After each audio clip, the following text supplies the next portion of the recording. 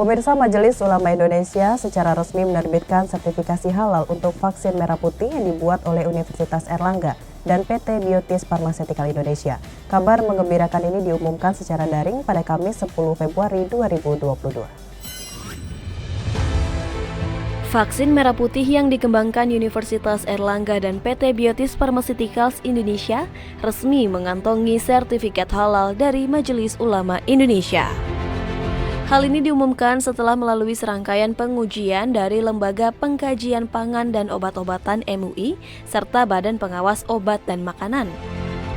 Ketua MUI Bidang Fatwa Asrorun Niam dalam keterangan pers secara daring mengatakan bahwa fatwa halal vaksin merah putih ini ditetapkan pada 7 Februari 2022 dalam rapat pleno Komisi Fatwa MUI setelah menerima hasil penelitian dan pengujian dari LPPOM MUI.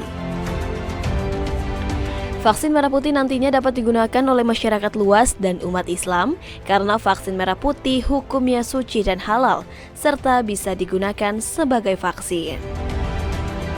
Produksi PT Biotis Pharmaceutical Indonesia yang bekerja sama dengan Universitas Airlangga hukumnya suci dan halal.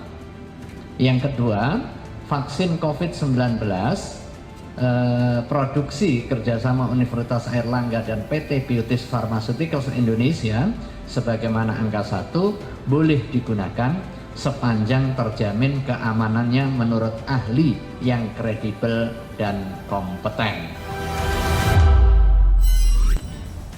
Masih berkaitan dengan vaksin merah putih, Menteri Kesehatan Republik Indonesia Budi Gunadi Sadikin juga menyampaikan bahwa vaksin merah putih akan digunakan sebagai booster atau vaksin penguat dan anak usia 3 hingga 6 tahun.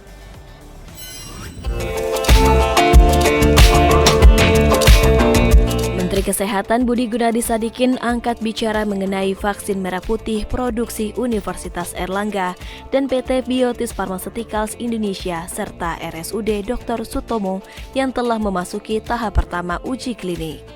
Menurut Menkes, nantinya vaksin merah putih akan diproyeksikan sebagai vaksin booster dan vaksin anak usia 3 hingga 6 tahun. Keputusan itu disebutnya merupakan hasil diskusi bersama Presiden Joko Widodo. Yang kami masih lihat potensinya untuk bisa digunakan adalah untuk vaksin booster dan anak, dan khususnya kalau bisa anak di atas 3 tahun. Saya juga belum menyampaikan ke Ibu Penny secara spesifik, tapi sekarang vaksin anak yang kita bisa berikan adalah di atas 6 tahun. Pemirsa, mengenai pemanfaatannya, pernyataan yang sama juga diungkapkan oleh Menteri Koordinator PMK Muhadjir Effendi yang menyatakan bahwa vaksin merah putih akan diproyeksikan sebagai vaksin hibah internasional.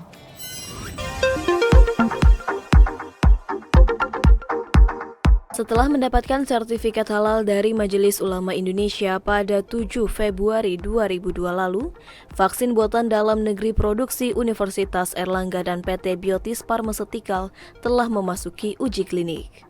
Menurut jadwal, tahapan uji klinik akan dilakukan dalam 3 fase. Tahap pertama disuntikan sebanyak 90 orang relawan, lalu uji klinik fase kedua disuntikan sebanyak 400 relawan yang akan dilakukan pada 11 Maret 2022 hingga 11 April 2023. Uji klinis fase 3 akan dijadwalkan setelah lolos fase 2 pada 5.000 orang. Menteri Koordinator Bidang Pembangunan Manusia dan Kebudayaan Muhadjir Effendi mengatakan, pemerintah Indonesia membuka opsi vaksin merah putih tak hanya akan digunakan sebagai vaksin booster di dalam negeri, melainkan juga akan dihibahkan ke luar negeri, terutama negara mayoritas Muslim. Saya yakin kalau vaksin produk merah putih dari Universitas Airlangga ini nanti bisa ditekankan pada aspek kehalalannya itu mulai dari awal sampai akhir. Karena itu tadi juga Pak Rektor juga sudah melaporkan bahwa sudah dapat sertifikat. Itu saya kira akan membuat kita menjadi confidence untuk memberikan vaksin ini kepada negara-negara terutama mayoritas beragama Islam, terutama di wilayah Afrika yang sekarang memang mengalami kendala. Sebetulnya bukan hanya kendala teknis yang disebut Pak Menkes, tapi juga kendala keyakinan tadi.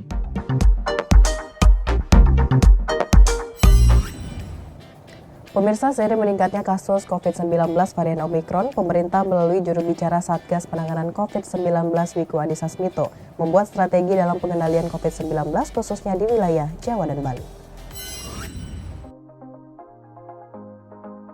Dengan semakin meningkatnya kasus COVID-19 di wilayah Jawa dan Bali, Jubir Pengendalian COVID-19 Wiku Adhisa Smito mengungkapkan, pemerintah memiliki dua cara utama dalam pengendalian COVID-19 untuk wilayah Jawa dan Bali. Pertama, dengan cara pemberlakuan PPKM level 1 sampai dengan 3 di wilayah Jawa Bali.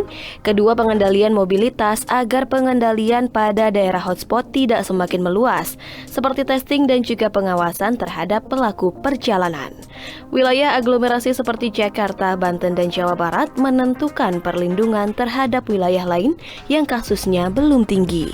Yaitu dua strategi kunci dalam pengendalian kasus sesuai kondisi kasus yang masih terpusat di wilayah Jawa Bali. Yang pertama adalah pengendalian kasus pada daerah penyumbang kasus tertinggi sebagai hotspot penularan. Dalam hal ini, daerah dengan kondisi kasus yang tinggi harus segera melakukan langkah pengendalian, termasuk dengan melakukan pembatasan aktivitas masyarakat yang sudah tertuang dalam Instruksi Menteri Dalam Negeri Nomor 9 Tahun 2022 terkait PPKM level 1 sampai dengan 3 di wilayah Jawa Bali. Yang kedua adalah pengendalian mobilitas agar kasus pada daerah hotspot tidak meluas.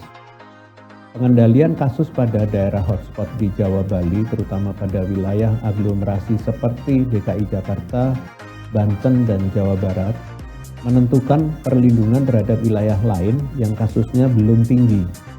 Sebab sedikit saja lolosnya orang positif dari daerah hotspot dapat berkontribusi atas naiknya kasus di daerah lain.